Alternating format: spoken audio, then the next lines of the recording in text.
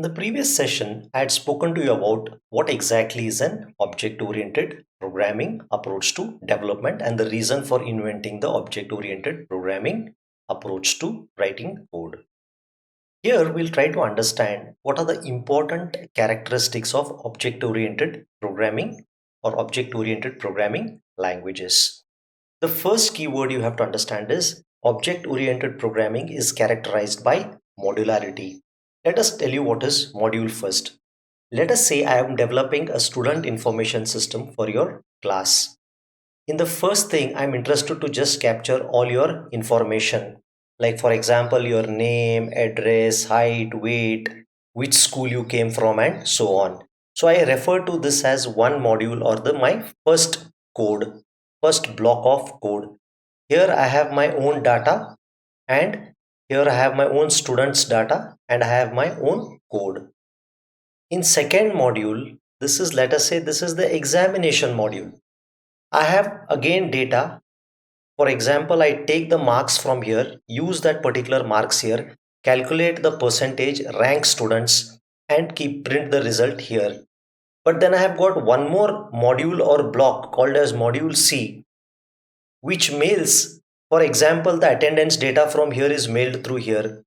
The rank or the percentage scored is used from data is used from here and mailed through here.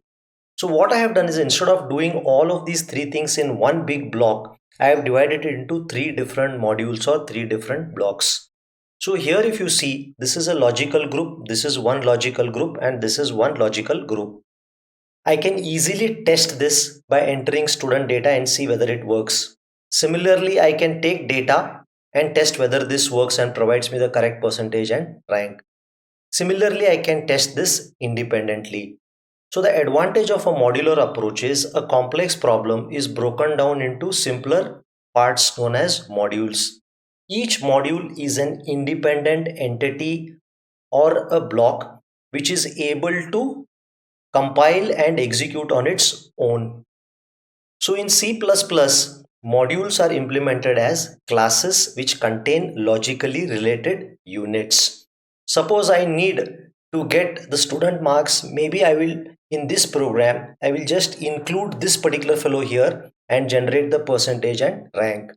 If I have to mail detail of the of all the students marks, attendance, everything, I'll take this fellow as this fellow, include him here and mail all the detail. So classes contain logically related units. So this can be one class, this can be the second class, this can be the third class. What it means units is here it has student data and it can have a number of methods or functions to work on this data. Similarly, there can be some data here, there can be a number of functions or procedures or methods to work on this particular data and so on. So the process of solving a complex problem by breaking it down into a number of self-contained module or units is referred to as modularity. Just have an idea about what is modularity. Now let's try to understand what we mean by this word abstraction. Now the word abstraction is a very simple word. What it really means is, say for example, I am trying to teach you something about a subject. Okay, I'm trying to talk about, let's say I'm talking about programming. When I'm talking about programming, I only talk about things which are relevant and essential to programming, ignoring others. That means I'm abstracting only key ideas which are relevant for understanding programming, and I'm not talking about things which are not relevant for programming. So similarly here, abstraction is a method where only essential features or characteristics are presented. Let me tell you what. Suppose this contains information about personal information, marks and so on. This is used to calculate the rank and percentage. This is used to mail the scores. Now, when this fellow requires marks data from this fellow, all that he will do is he will put a request to this fellow, please send me the marks.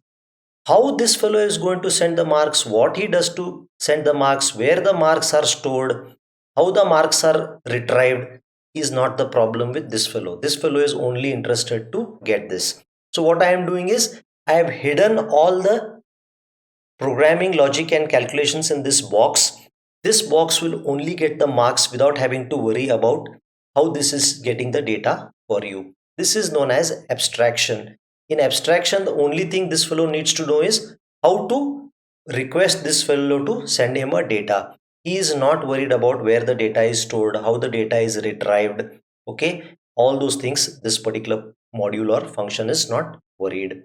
So the advantage of abstraction is you remove needless items or characteristics which do not require our attention. So as I told you, the details of how the implementation is done is hidden from this fellow. Only he gets the service from this fellow. He is not bothered where the data is stored, on which hard disk it is stored, whether it is stored on a pen drive, whether he is reading data from a network, nothing. All of that is hidden to this fellow.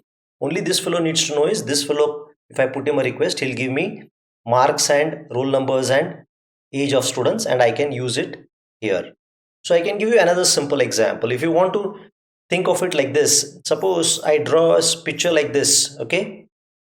You very easily can guess this is I'm talking about Mahatma Gandhi. How I have abstracted only the important features to help you understand it is Mahatma Gandhi. I have not shown you other things because Gandhi, usually just drawing this diagram, you're able to understand that this is a caricature of Gandhi. So here also I am only displaying the essential features and hiding the non-essential. That is known as abstraction. Okay. Now let's go to the next keyword. The next set of keyword is something called as encapsulation. Okay, let us understand what we mean by this word encapsulation. Encapsulation means when we group data and the code in a single group or a block known as a class, that is known as, or wrapping up is known as data encapsulation. Encapsulation means putting data and code in a separate box is known as wrapping or data encapsulation. The advantage of grouping data and code, grouping data and code, grouping data and code is this data, all the data which is available here is not visible to this fellow. All the data that is here is not visible to this fellow. This fellow only needs to know what data he can get from here. This fellow only needs to know what data he can get from here.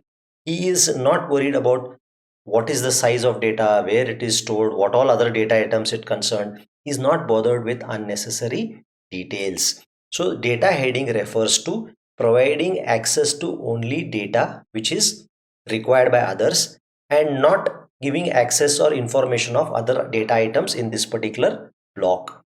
So in simple words, what it means is all the data is not available to this fellow. This fellow decides what data I am going to give him. Only that data, this fellow can put a request and that data is sent here. So this is what you mean by data encapsulation. In the next session, we shall talk about something called as an inheritance of concept or inheritance concept in object oriented programming.